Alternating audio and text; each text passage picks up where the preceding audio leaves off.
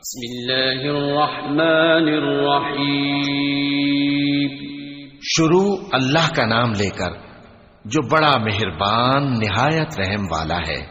والنازعات غرقا والناشطات نشطا والسابحات سبحا فالسابقات سبقا فالمدبرات أمرا يوم ترجف الراجفة تتبعها الرادفة قلوب يومئذ واجفة أبصارها خاشعة يقولون أئنا لمردودون في الحافرة أَإِذَا كُنَّا عِظَامًا نَخِرَةً قَالُوا تِلْكَ إِذًا كَرَّةٌ خَاسِرَةٌ فَإِنَّمَا هِيَ زَجْرَةٌ وَاحِدَةٌ فَإِذَا هُمْ بِالسَّاهِرَةِ.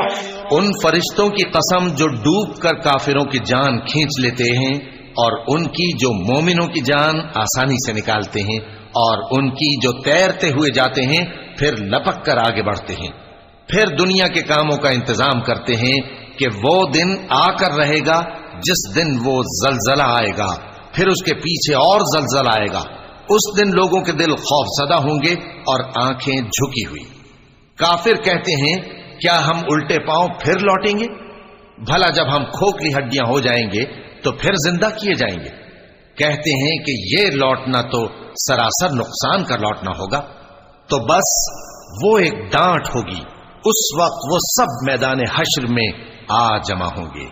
هل أتاك حديث موسى إذ ناداه ربه بالواد المقدس طوى اذهب إلى فرعون إنه طغى فقل هل لك إلى أن تزكى وأهديك إلى ربك فتخشى فأراه الآية الكبرى فكذب وعصى ثم أدبر يسعى فحشر فنادى فقال أنا ربكم الأعلى فأخذه الله نكال الآخرة والأولى إن في ذلك لعبرة لمن يخشى.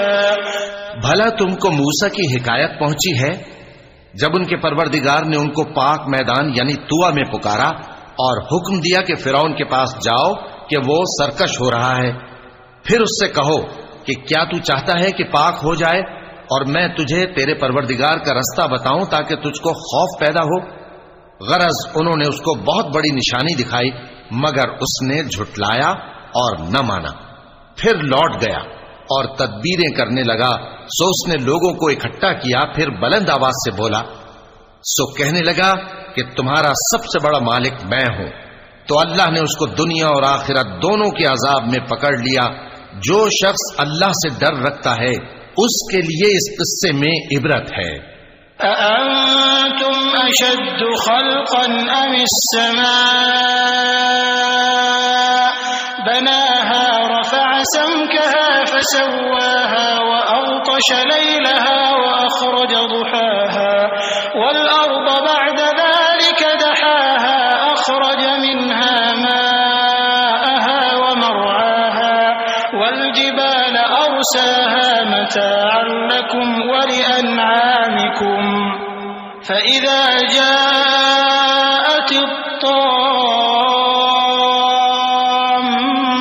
الكبرى يوم يتذكر الإنسان ما سعى وبرزت الجحيم لمن يرى فأما من طغى وآثر الحياة الدنيا فإن الجحيم هي المأوى. بھلا تمہارا بنانا مشکل ہے یا آسمان کا؟ اللہ نے اس کو بنایا، اس کی چھت کو اونچا کیا، پھر اسے برابر کر دیا. اور اسی نے رات تاریک بنائی اور دن کو دھوپ نکالی اور اس کے بعد زمین کو پھیلا دیا. اسی نے زمین میں سے اس کا پانی نکالا اور چارہ اگایا اور اس پر پہاڑوں کا بوجھ رکھ دیا. یہ سب کچھ تمہارے اور تمہارے مویشیوں کے فائدے کے لیے کیا. پھر جب وہ بہت بڑی آفت آئے گی اس دن انسان جو محنت وہ کرتا رہا یاد کرے گا اور دوزخ دیکھنے والے کے سامنے لا کر رکھ دی جائے گی. اب جس نے سرکشی کی اور دنیا کی زندگی کو مقدم رکھا تو اس کا ٹھکانہ دوزخ ہی ہے. وَأَمَّا مَنْ خَافَ مَقَامَ النفس عن الهوى فإن الجنة هي المأوى يسألونك عن الساعة أيان مرساها فيم أنت من ذكراها إلى ربك منتهاها إنما أنت منذر من يخشاها كأنهم يوم يرونها لم يلبثوا إلا عشية أو ضحاها. اور جو اپنے پروردگار کے سامنے کھڑے ہونے سے ڈرتا اور نفس کو بیجا خواہشوں سے روکتا رہا تو اس کا ٹھکانہ بہشت ہی ہے.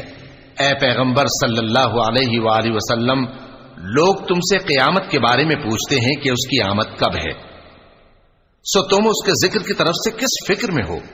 اس کا منتہا یعنی واقع ہونے کا وقت تمہارے پروردگار ہی کو معلوم ہے. جو شخص اس سے ڈر رکھتا ہے تم تو اسی کو ڈر سنانے والے ہو.